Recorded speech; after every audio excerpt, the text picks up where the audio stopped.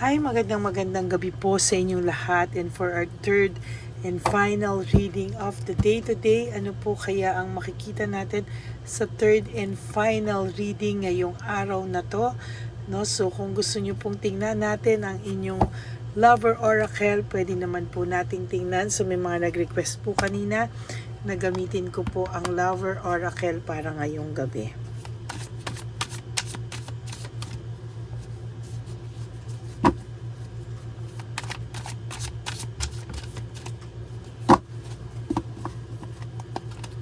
So sana po ay napanood nyo na yung first, second, and third reading kahapon at ang first and second reading ngayon, ano, bago po kayo tumalon dito sa third reading of the day natin. I hope napanood nyo na po ang first and second reading of the day.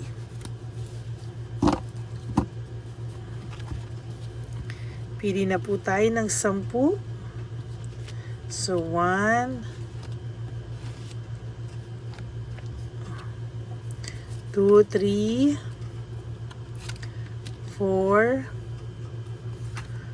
5, 6,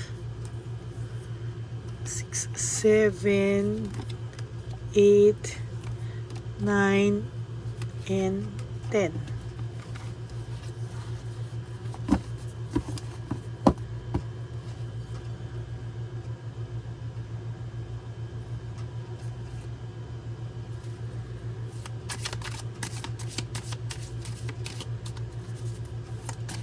Pagsali puwersa po natin, pili po tayo ng 5. 1, 2, 3, 4, and 5. Pili po tayo ng 5. 1. So universe card po ito. 2, 3, 4, and 5. And pili din po tayo dito sa fairies ng 5.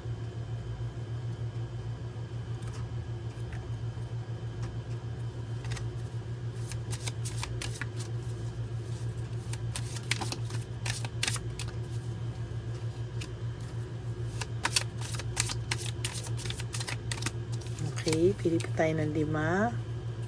So 1, 2, 3, 4, and 5. Okay. Isa-isa na lang natin buksan ito, no?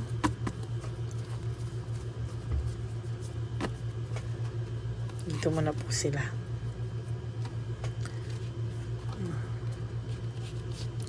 Tingnan muna po natin ang lover oracle, kung ano po ang ating makikita. I am stuck in vision of us together. Meaning po nito ay sa totoo lang po ay hindi pa rin po ito makamove on totally from you, no? Maaring kahit ito po ay hambog, mayabang, mapagkumbaba, kahit anong klase pa po siyang naging partner sa'yo, rude nung bandang huli, pero sa totoo lang po hindi pa po ito nakakapag-move on sa'yo. Stuck pa din po siya sa samahan nyo, na stuck pa rin po siya sa vision na kayo pa rin sa huli. Ang sabi niya po is sa naging pakikitungo niya po sa iyo nung bandang huli, at ang pinalit mo pa rin po dito ay kabutihan. Don't treat me the way you do, I don't deserve it. Alam niya po na hindi niya po deserve kung paano ka po niya trinato, at kung ano po yung naging pagtatrato mo sa kanya ay hindi po niya talaga deserve, no? Talaga pong alam niya po na masahol pa po sa kasamaan yung nagawa niya sa iyo, yung sakit na naibigay niya sa iyo, and somehow, no, hindi niya po maintindihan kung bakit naging mabuti ka pa rin po sa kanya, at kung ano po yung nararamdaman niya, no, dahil ganun pa rin po yung pagtrato mo sa kanya. I can't express myself, yan po yung sinasabi ko, hindi niya po alam kung paano ka po niya itrato, kung ano po yung pagtatrato mo sa kanya, At may guilt po siyang nararamdaman actually, and somehow may longingness din po sa iyo na hindi niya po ma-express sa sarili niya. Hindi niya po mailabas, hindi niya po maibigay kung ano po talaga yung nararamdaman niya. So far, naguguluhan po ang taong ito sa totoo lang. How can you ever forgive the mess I've made? Hindi po niya alam, kahit hindi po siya humihingi ng tawad sa iyo ngayon, kasi parang sa kanya walang kapatawaran yung ginawa niya. Mas gusto na lang po niyang isipin mo na wala siyang remorse, na makapal talaga yung mukha niya, kasi hindi niya po alam paano po humingi ng tawad sa iyo, at hindi niya rin po alam ano po yung kanyang gagawin para mapatawad mo siya, kasi sa totoo lang daw po, parang kung sa kanya mo ginawa yun, hindi kanya kayang patawarin. So alam niya po sa sarili niya na mabigat din po yung nagawa niya sa yung kasalanan. Kaya kahit papano, alam niya po na nag-iwan ng matinding sakit sa iyo, and so far alam niya din po na masakit po yung nangyari sa iyo, at hindi ganun kadaling patawarin, ano. How can you ever forgive the mess I've made, and my life is a mess right now? Balik po, no? Balik lang yung karma, no? Alam niya po na sobra-sobra yung mess na ginawa niya sa iyo. Kaya ang buhay niya po is a mess right now, no? Balik karma lang po sa kanya. Back to you lang, no? Back to him, back to him, back to her. Balik lang po sa kanya yung sakit na binigay niya sa iyo. Balik lang po sa kanya, at karma lang po yan na nangyayari sa kanya ngayon, no? Siya daw po yung I am the man, pwedeng siya, o I am the man, or I am the woman, ano? Feeling niya po siya pa rin yung the one for you, no? Parang feeling niya pa rin po, hindi mo pa po siya napapalitan. At kahit po sabihin mo, magpretend ka na meron ka ng iba, sa kanya po pagpretend lang yun. Kahit pa sabihin mo totoo na sa kanya po, para sa kanya po ay pagpretend pa lang din po yun, ano? Kasi sa totoo lang po, ang taong ito po ay still obsessed sa'yo, no? Talagang hindi niya lang po mailabas. Pero sa totoo lang po, ang taong pong ito ngayon ay talagang sasabihin ko po sa'yo is a mess right now, no? Kaya ano man po ang sabihin mo, kaya po siya mess yung buhay niya, my life is a mess right now, because somehow still he or she is still obsessed with you po, no?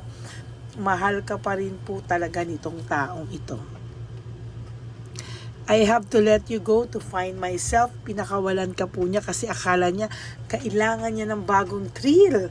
Kailangan po niya ng bagong spark. Na-miss niya po yung may spark sa buhay niya. And somehow, akala niya po ay mahahanap niya po yun, kaya ka po niya nilet go. Sa totoo lang, ayan po yung sinasabi niya ngayon, I can't come to you right now.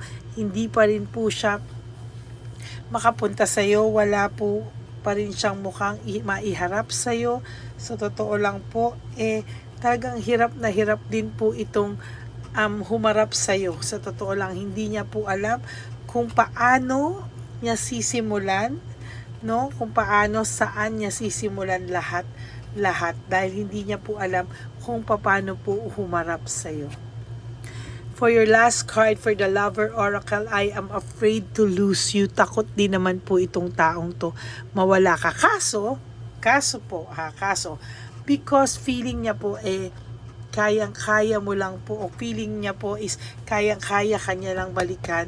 Kahit takot siyang mawala ka, nawawaglit po sa isipan niya na takot, na yung takot dahil alam niya po hindi mo siya kayang iwanan, ano? Hindi mo po siya kayang ipagpalit, no? Ganyan po yung tinitingnan niya sa'yo, no? Kaya sa totoo lang po, ang pakiramdam niya po sa'yo is nandyan pa rin palagi, no? So kahit po takot po ito, no? Takot po ito na mawala ka, tinatanggal niya po sa isipan niya yon, knowing na alam niya daw po na babalik ka pa. Sabi naman ng fairy, don't worry, everything is okay. Don't worry, it's all working in a beautiful way. Kung sa nakikita mo po, napakadilim daw po ng inyong pananaw sa mga oras o napakadilim kung ano man ang sitwasyon na meron ka ngayon, still wag ka pong mag-worry. It is all working in a beautiful way. Maaaring may kailangan kayong ma-realize, siya o ikaw may kailangang ma-realize sa buhay niyong pareho. Your wish is granted. Ang ganda, no? What you've asked for is coming true, no? So kung ano man po yung hiningi mo ay darating po sa tamang oras na para sa iyo. Pero yan po ay granted na, no? Maaring kung ano man po yan, maybe new career, sa love, ano, may mga sagot na gusto mong makuha ay darating po yan. Maybe yung wish mo, yung mga kasagutan, yung wish, yan po ay darating sa tamang oras. You just have to stand up po kung ano yung pinaniniwalaan mo and sabihin mo lang, umuo ka lang kung talagang ito ay gusto mo and say no kung ayaw mo, no? You have to protect your turf. Yes kung yes, kung ayaw mo, no. Matuto ka pong mag-set ng limitation and boundaries mo po, no? Ayan yung sinasabi ko. Maybe for those of you na nanghihingi ng signs sa new career, your work focus in shifting in a positive way, new and successful directions. So, nagsishift na po yung sa career mo po ay magkakaroon ka po ng mas successful at mas positive na work, no? Ayan po, no? Kaya talaga pong sa totoo lang po ay mas magiging okay po ito sa mga darating na panahon. Your desire is within your reach. Ang ganda po, ano, ng mga nabunot natin. It's all about everything is okay. Don't worry, your wish is granted. Your desire is within reach. New career, assertiveness, ang ganda po, no? Parang have more faith lang daw in everything, no? And it's working in your favor, no? Everything is happening dahil po may mabuting mangyayari sa buhay mo, no? So, your desire is within reach. Ayan po, that is your 5 fairies po, no? Sa totoo lang ngayon, no? This is, hindi pa pala 1, 2, 3, 4, 5. Ay, may isa pa pala po, 6. Oh my God, goodbye to the old and hello to the new. This is, malalim po ito, no? Pwedeng sa career, goodbye sa old, kasi may career din tayo. Pwede din po sa love life nyo, no? Parang you finish one part of your life and a new and even better part is beginning, no? So, malapit na pong magsimula ang new sa buhay mo. Something new in your life. Mag-hello ka po sa new, maybe new career, new house, new love life. Everything is what you wish for is darating po yan sa tamang panahon.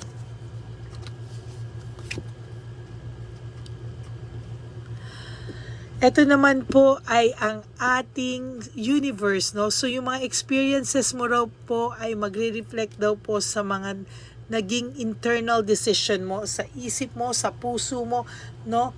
Yan po ay experiences, no, na nanggaling po sa totoong pinagdaanan mo po, no? Yan ay reflection po ng mga desisyon mo sa buhay, internal condition, ayan, ano? Ito naman po, ang sabi dito, when I accept the love of the universe as my primary teacher, I will always be guided back to the light.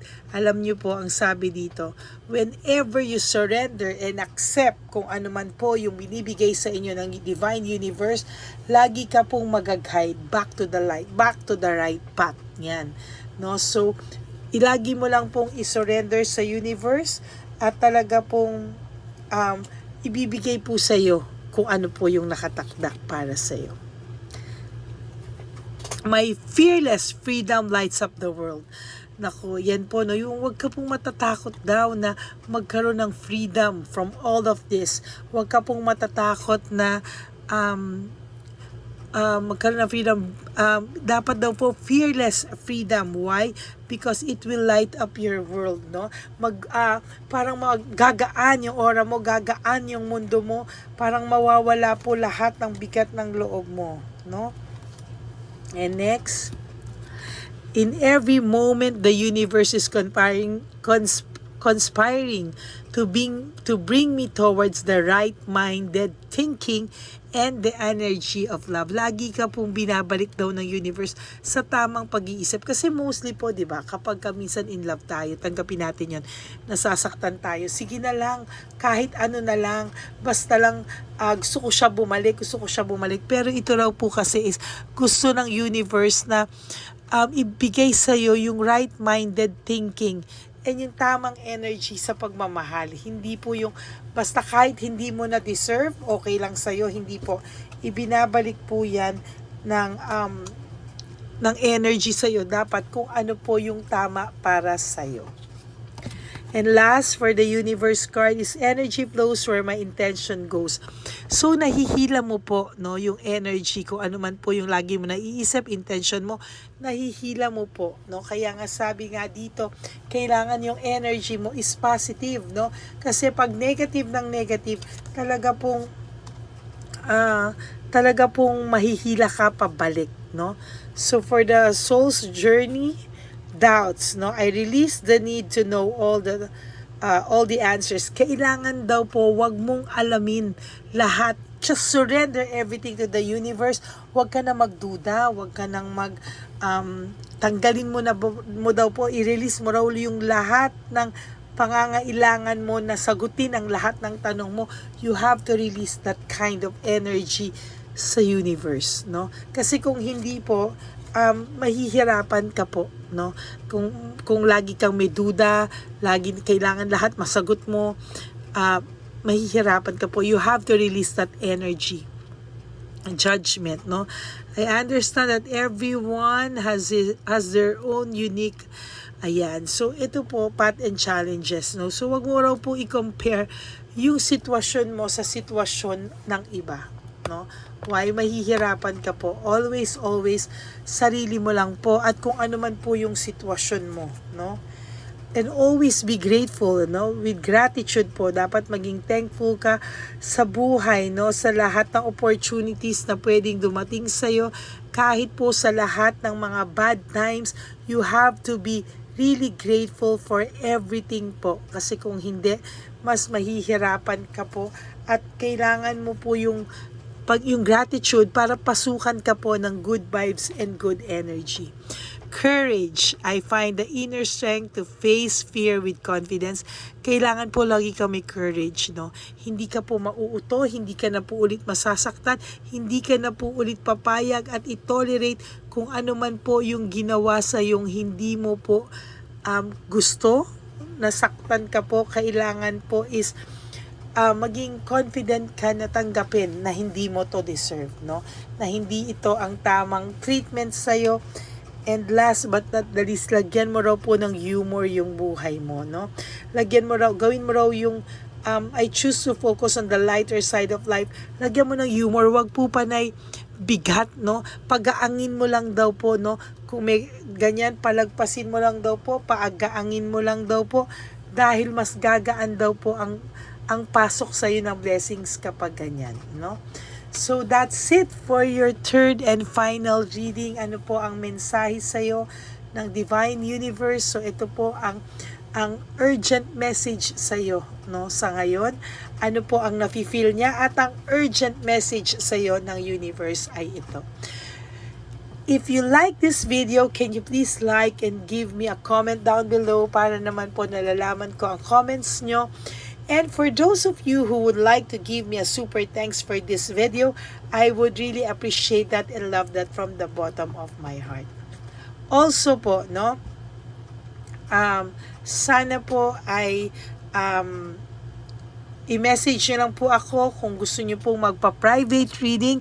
My FB page po is Ladyly Elena, that's Ladyly Elena. Nasa dulo po yan ng ating video. Diyan nyo lang po ako pwedeng makontak. That's my only official and legit FB account. Ayan, ano? At sa akin pong super loyal and ever solid na Lady Elena friends, family, and subscribers, I love you all from the bottom of my heart, no? Sana po ay wag po kayong magsasawa dahil hindi rin po ako magsasawa na bigyan kayo ng mga readings of the day. Yan. Kaya sana po ay huwag kayong mainip dahil ako po ay magbibigay po sa inyo ng reading kahit po ilan, no? Basta kung ilan po yung kaya ko, pipiliti ko po magkaroon ng first, second, and third reading of the day. Pero kung hindi po talaga kaya, ay basta magbibigay po ako ng first and second reading of the day. Yan. So, ayan po, ano po ba yung lagi kong bilin sa inyo? Na life is so short, don't make it shorter by stressing yourself from all the pains and heartaches na binigay sa inyo ng kahapon. Just surrender everything to the divine universe and just let go and let God write your life and love story. I will be back for another set of reading tomorrow. No, sana po ay wag po kayong malulungkot, no? Magbabalik po ako. Pangako po 'yan. Okay? God bless you all and ano pa ba mga binig sa inyo? Just live one day at a time, mga kapatid. Huwag niyo pong problemahin yung mga susunod na okasyon. The goal is to wake up and sleep today na nakagawa ka ng 3 things na para sa sarili mo. Okay? Sana po ay magsilbing lesson din po sa inyo ang mga nangyari sa buhay at ito po ay isurrender nyo lahat sa Divine Universe, lahat ng masasakit na nangyari sa buhay mo. May rason po yan. Everything happens for a reason, mga kapatid. And huwag po kayo mag-alala. Just have faith. Kapit lang po kayo and our universe and our Papa Jesus won't let you down. Yan, okay? God bless you everyone and good night po sa inyong lahat. I love you all. God bless you. Bye!